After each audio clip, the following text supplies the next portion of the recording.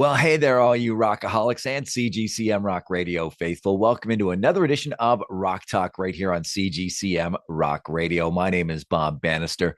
And hey, do us a favor while you're here. Click that button, that like, that share, that subscribe, and even drop us a comment because who knows, maybe there's a band that you know of that we haven't interviewed yet. And it keeps you in the know as to all things going on Rock Talk. This time around, we're heading back to Brisbane, Australia. We are interviewing Matt from the band Sound Affliction. They've got a brand new album coming out in February, I believe, February 13th, I think it is, called Behind These Walls. I can't wait to hear more from this band. These guys are just absolutely amazing. So head over to your Spotify or whatever streaming service you use and check these guys out. They're on the X Music label, which is a music label out of Australia that's really starting to gain some traction. Go over there to Facebook and check that out. X Music. Tell Tim, that's the guy that runs the place, that Bob from CGCM Rock Radio sent you. It's really cool. You'll find all kinds of great new music. But anyway, I'm getting away from my point. Had a great time chatting with Matt from Sound Affliction, talking about life, music, everything. And well, you know what? Enough for me. Let's step inside the Rock Talk studio, sit down, and have a chat with Matt from Sound Affliction on this edition of Rock Talk.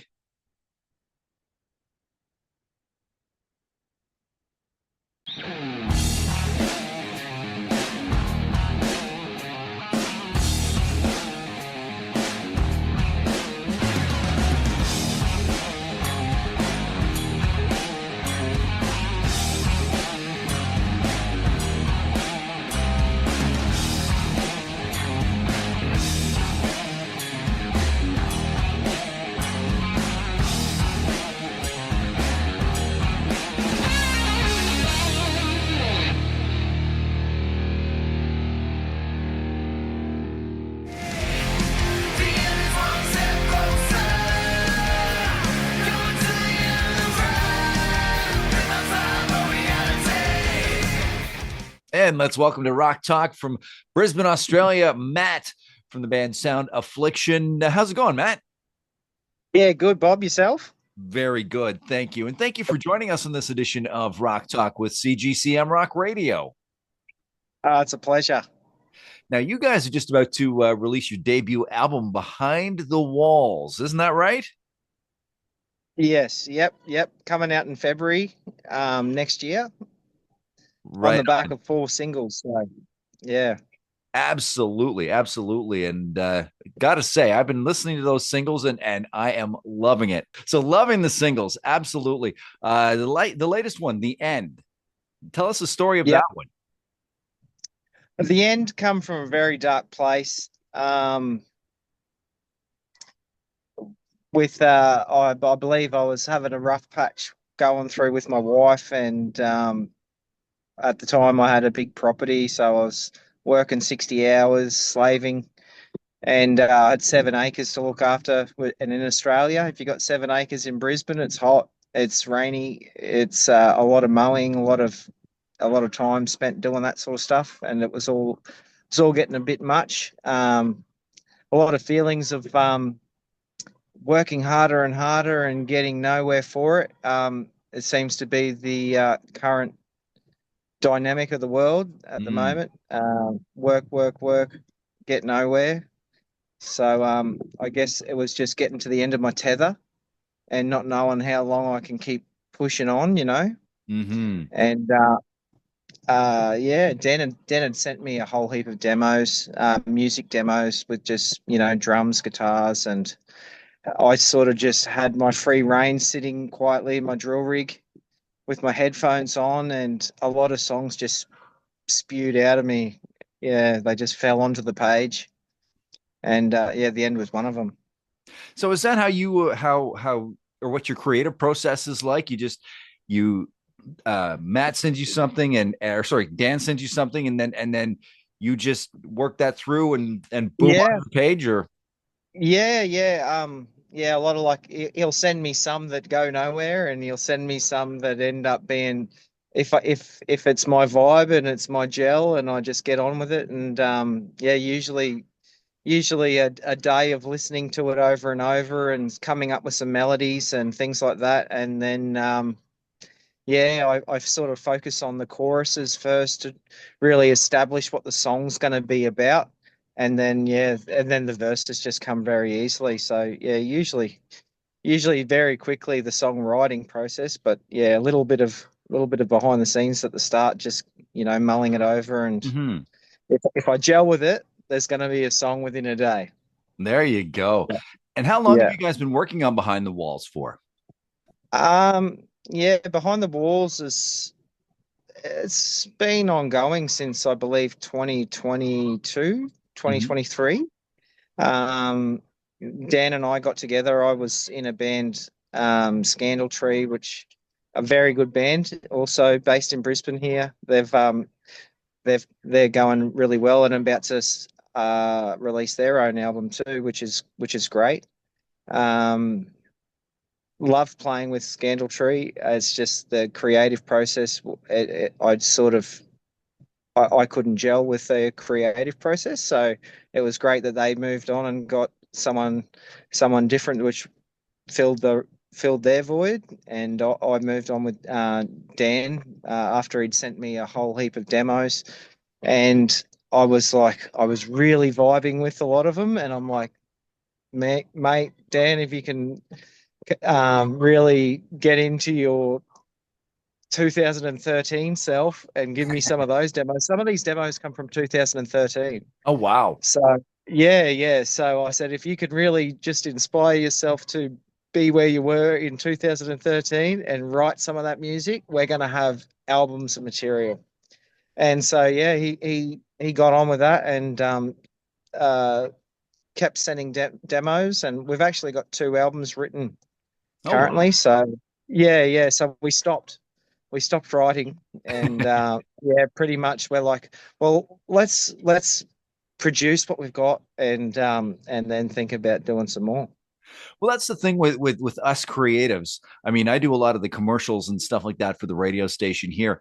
And if I get an idea, I'll write it down. But if I don't use it, I won't throw it away. I'll just file it away.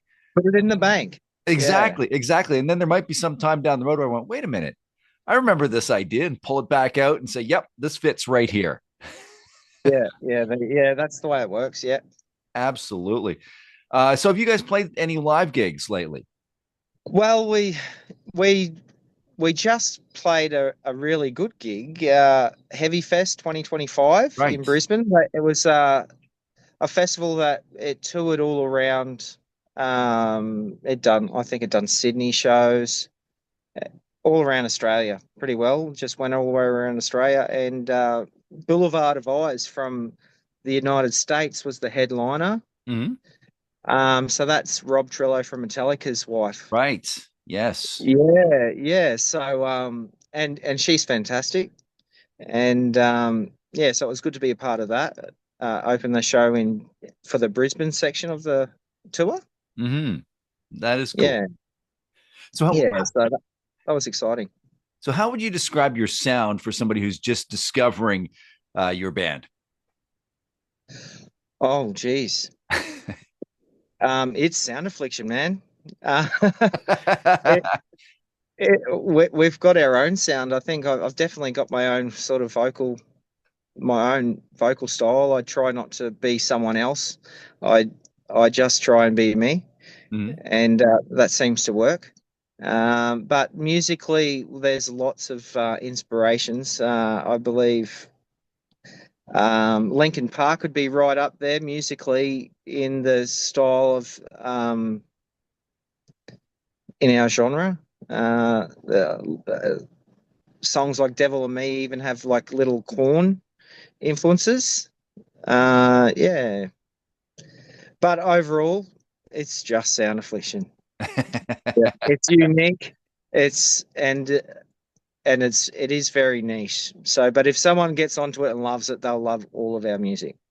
And that's really important at the end of the day, being yourself, not being a copycat of say Lincoln Park or Corn or whomever. Just be yourself. Exactly. And at the end of the day, all of our songs are written from the heart, and there's a lot of pain, a lot of pain, a lot of I've had depression most of my life, most of my adult life with Mm. just situational. Um, yeah, it hasn't stopped. But it's good to have a release and a way to express that. And the way the world's going, I think there's lots of people out there that are going through similar things, and I'm just hoping that they can get something out of our music. Now, like a lot of professional athletes, I've talked to a lot of musicians. They have a lot No, of no professional athlete either. I'm drawing a parallel here that Yeah, yeah. that a lot of professional athletes have rituals that they have to go through, otherwise they can't perform to their level in their head. Do you have something like that where you have to I don't know, put on your left shoe before your right shoe before you go on stage, or you have to do a certain thing before you go in the studio to record, or I just have to tell myself that the show must go on. I build up everything in my head before before going on stage or anything like that. I struggle with it. mm-hmm. Um, but I just got to remember that the show must go on, and just have fun, and try and feel the music, and just be there. And it's what I have to keep telling myself, because I have so much anxiety before a gig, like to the point where I'll feel like I'm getting sick Mm, before, I'm like, oh no, no, because as a vocalist, your voice is everything, and sometimes just being a bit dry in the throat, or getting a small cold or something like that can really affect how you perform. And I guess I just always got to remember, mate, at the end of the day, it's rock and roll. Most people don't even know our songs, so they're not going to notice a minor hiccup. Just feel and do, and yeah, that's pretty much how I take each show. Just absolutely. remind myself.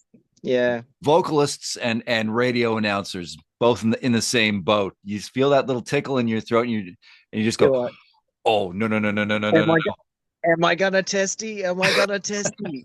No. Yeah, no, you don't want to testy live on the no!" radio. You don't want to testy on stage in front of heaps of people either. Oh, exactly. Like I have one story. I was early in my radio career. I was doing a really long radio shift. I think it was like 5 or 6 hours, and it got to the 4 hour mark, and I just felt my voice going like this. By the time the fifth hour hit, I was almost whispering. I had to have the microphone just pinned right up to the top in order to even hear myself. My voice just went away. But the next day it was fine. I don't know what it was. Yeah, Not sometimes enough I fluids. think. Yeah, maybe. Yeah, sometimes your psyche has a lot to do with that too. Like if negative vibes, like Yep. you start thinking bad thoughts, and you're like, oh, and sometimes it actually affects your biology as well. Yeah, Mm-hmm. big time. Happy thoughts, man. Happy thoughts Absolutely. always get through. Absolutely. Absolutely. So your album's coming out in February. What does the rest of 2026 look like? Big plans on the horizon? Oh, it's definitely got to be a record album too. There's so many bangers ready to come, ready to get produced. We're working on a slightly different way of recording. So for the first album, we recorded all the drums first, which is what we, like generally what works. Get the drums down so everything's all in time, and then record your guitars, your bass, get your Mm, vocals out on there and backup vocals and whatnot. But and then we found, in some parts we wanted to replace drum parts. Um, right. so I think this time we'll just program our drums and have everything in time, get our guitars feeling right to time, and then letting our drummer at it. And he does. He said the end was recorded like that, and it's some of the best drumming on the first album. So I think we're going to learn from that, and just moving forward, take that step in our recording process. And yeah, hopefully 2026 album two, yet to be named. It might be more. There you go. That's pretty Yeah. awesome. And when the time comes, we can hook up. We can talk about that about that project as well. Yeah, no worries. So, do you have any artists that are on your musical bucket list that you'd like to share the stage with? Oh, mate, if I can put it out there, Canada, United States, I don't even know if you'd really know this band. They're an Australian band called Thirsty Merc.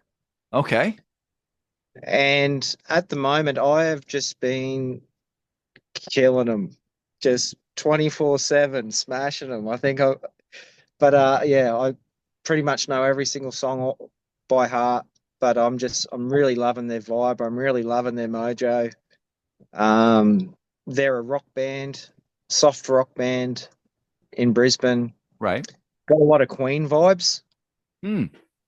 Uh, in vocally and with the piano in their songs as well. So, are they label mates of yours on X Music as well? oh no, no, no, no, no. I wish they were label mates of mine. They're quite popular. They're mainstream radio in Australia. Oh, okay.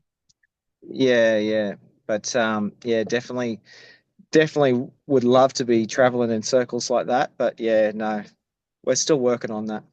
Well, you know what? I'm going to have to research this band and find out more about them myself because I absolutely stumbled onto the Australian music scene through Facebook and whatnot, and I've gone down a rabbit hole, and 90% of the bands that I interview have been Australian. You got your music scene is just absolutely exploding down there. It is huge. We've got lots to talk about. There you go. So we still got that. So yeah, lots of great Aussie bands with something to say at the moment, which is great. Um, but as for the scene, you'd think hearing all this great music. Oh, I've heard lots of local stuff out of Brisbane. So many great bands: TaylorMade Rejects, Mhm. Buddy, Interest of Revival when they were going. There's evolving at the moment. Um, oh, what do we got? Uh, Profanity Fair, Bridge to Nowhere, The Gastons, so many great bands just around this small little area that we live. And fantastic, great vibes, um, plenty to say. But not getting played on the radio, not you know what I mean? Like Mhm. not getting into the world. And that seems to be a big problem. People don't come to gigs in Australia unless you've been overseas, you've made it big, and then you come back and like ACDCs, that sort of thing. That's right. In excess, that sort of stuff. You go overseas, you make it big, and then you come back, and Aussies love you. We're very much a follow culture. So if you've made it big in America, if you've made it big overseas, and you come to Australia, yeah, Australians will jump on that bandwagon for sure. But yeah, it's very hard to get them to commit to a local band that hasn't already got a name. Yeah. Hmm. And I'm hearing the same thing from Canadian musicians that I interview as well. But the one thing that they keep saying too is because maybe it's just some of the musicians I've interviewed, they're in contact with younger musicians, with the underage kids and whatnot, and that's the one complaint that these young kids have is, okay, we want to go and see our friends play, but we can't get into the bars because we're underage. Do you think if more communities open up a space or a couple places where bands could go and play, where it could be an all ages thing, that would help draw more attention? I think definitely. I think our youth is really excluded from live music, and yeah, because it's always in a bar. There's a few places though that have. I think Schema is a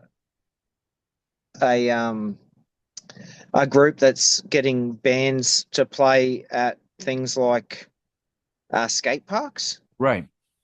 and setting up days at skate parks. So all the kids go there and skate, and there's music going on in an undercovered area nearby, which I think is great. It's a great initiative, not really done too often, um, and really not really done that often, not often enough here. But yeah, something that definitely could be looked into. to get young kids into music and into rock music, especially. Keep those stick it to the man vibes going. Absolutely. Absolutely. Yeah, We got to keep rock alive no matter what we do. we got to stick it to the man till we die. Absolutely. Now, everybody's got one of those songs that, it might come on your Spotify or it might come on the radio and it just stops you and you go, damn, I wish I wrote that. What's your song like that? Oh, dude, that to me there is so many. Like if someone said to me, pick a favorite song, I'm like, what genre? Like I have lots of favorite songs, but more so artists. You know, Chris Cornell, Soundgarden, Oh, yeah. there's, Jesus Christ Pose, you know, songs like that. Alice in Chains, Man in the Box Oh, yeah. would be one. Yeah. Um, yeah. And even basic, even like Nirvana, Yeah. Smells Like Teen All, Spirit, all great Boom stuff. Boom. So many great songs, and there's some of them very simple. Hey, simple is good. Yeah, I mean, simple is good. one Yeah. of the first rules we learn in broadcast school, and it applies to everything I found, is keep it simple, stupid. Oh, Yep. Yep. Yep. Indeed. Dan says that. Our guitarist says it all the time. A lot of our songs base out of four chords ish. There's right. inversions and stuff like that. But yeah. Awesome. So before we wrap Yeah. this up, I like to do a little thing called this or that. It has nothing to do with music, just still silly questions, just top of the head answers. So if you're ready, we'll just dive on in. Go on. Let's get into it. All right. Book or movie? Movie. Dog person or cat person? Dog person. Netflix or YouTube? Oh, can I say neither? Sure. Netflix. Pizza or burger? Pizza. Beer or wine? Beer. Country living or city life? Country all the way. And the final one, this is the big divider. Pineapple on pizza, yes or no? Oh, go on, bring it. Might as well. Awesome. Well, Matt from Sound Affliction, it has been absolutely awesome having you on this edition of Rock Talk with CGCM Rock Radio. Take a minute and give your band a plug. Tell us your socials and whatnot. Okay, yep. Matty, Sound Affliction, Brisbane, Australia. Yeah, we're on Spotify. We're on YouTube. We have a couple of good clips. If you got a moment, leave the light on and the end. Two great clips on YouTube. Two very different songs, but all Sound Affliction. Definitely, if you're in the rock genre to soft metal genre, we'll be up your alley for sure. A lot of energy and a lot of great melodies. So yeah, if you like pop to metal, you'd be a fan. You'd be a fan. Get in, have a listen. Excellent. Excellent. Again, Matt from Sound Affliction, thank you for joining us on this edition of Rock Talk, my friend. Cheers, Bob. Good on you, man. And have a good night in Canada over there.